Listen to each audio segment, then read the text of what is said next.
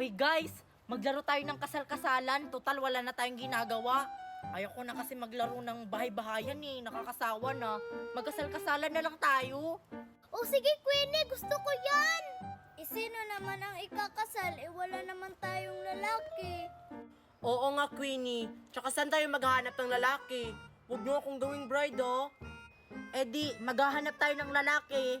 Tsaka Marian, pumayag ka na magiging bride.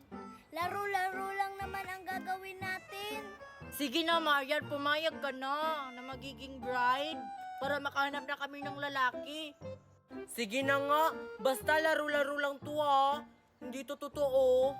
Hay, salamat. Pumayag ka na rin, Marian. Makakapaglaro na rin tayo ng kasal-kasalan. Excited na ako. Sige, dyan muna kayo ha. Maghahanap muna ako ng lalaki. Asa na ba yung mga kaibigan ko? Maglalaro kami ng basketball.